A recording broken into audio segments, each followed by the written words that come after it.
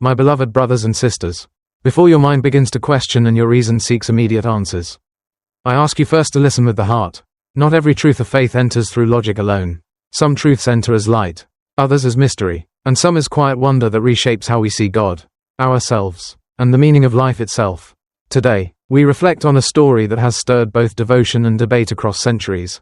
The moment when Jesus gave life to a child formed of clay, a miracle not merely of power, but of divine love. This reflection is not meant to replace Scripture nor add to it, but to meditate upon a symbolic and theological truth deeply rooted in the gospel message, that God is the giver of life, and that divine love transforms what is lifeless into something living, what is broken into something whole, what is forgotten into something cherished. In this sense, the miracle of clay becoming life is not about spectacle, but revelation. From the very beginning of the Bible, we are told that humanity itself was shaped from the dust of the earth and animated by the breath of God. Creation begins not with gold or fire, but with earth, humble, fragile, ordinary clay. This is the language God chooses to speak. When we contemplate Jesus shaping life from clay, we are brought back to this primal truth. The Creator has never ceased to work with fragile material. And we are that material. Imagine the scene. A child at play, hands covered in earth, forming figures beside a stream. What seems like an ordinary moment becomes extraordinary when divine compassion enters human simplicity. Jesus does not act with thunder or command armies of angels. He bends down. He touches the ground. He enters the posture of humility. This posture alone reveals more about God than many sermons ever could. The miracle teaches us that divine love does not create from a distance.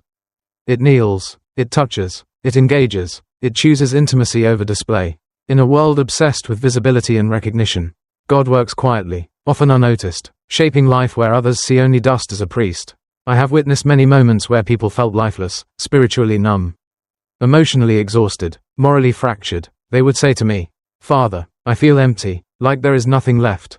And every time, I remember this truth: God specializes in working with emptiness.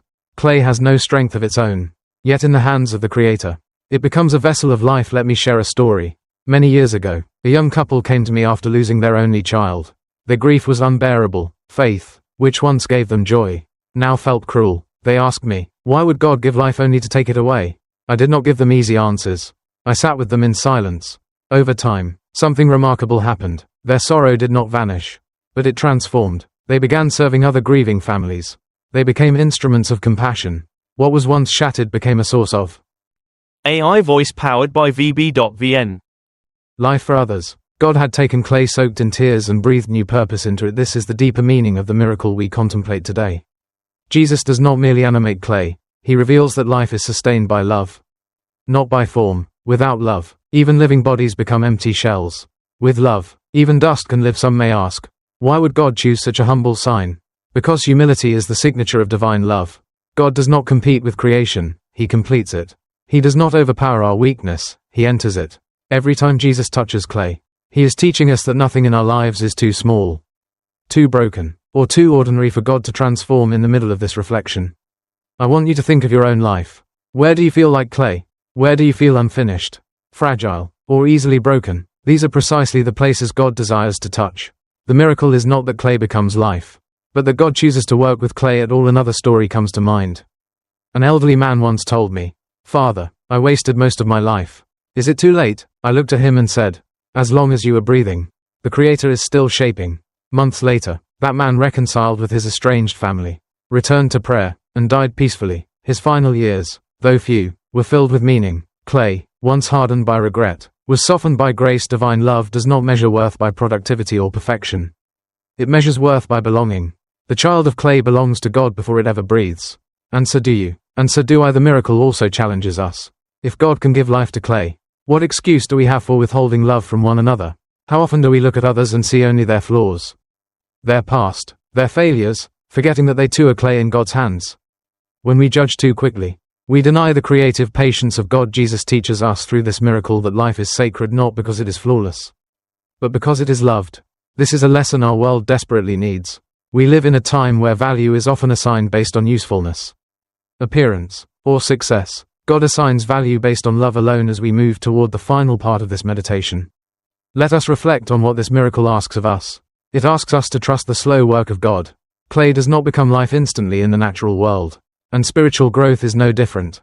Transformation takes time. Faith matures through patience. Love deepens through perseverance. The miracle also invites us to cooperation.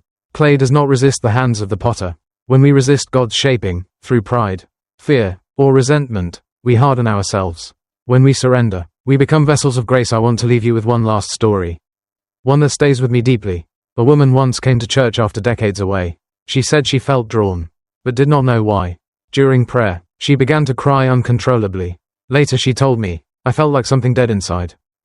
Experience AI voice technology at vb.vn.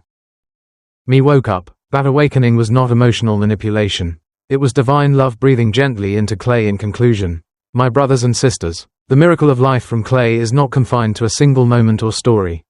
It is happening every day, whenever forgiveness replaces bitterness, whenever hope rises from despair, whenever love triumphs over fear. You are not finished. You are not forgotten. You are clay in the hands of a loving Creator. Allow Him to shape you. Allow Him to breathe into you. And remember always, divine love never stops creating life.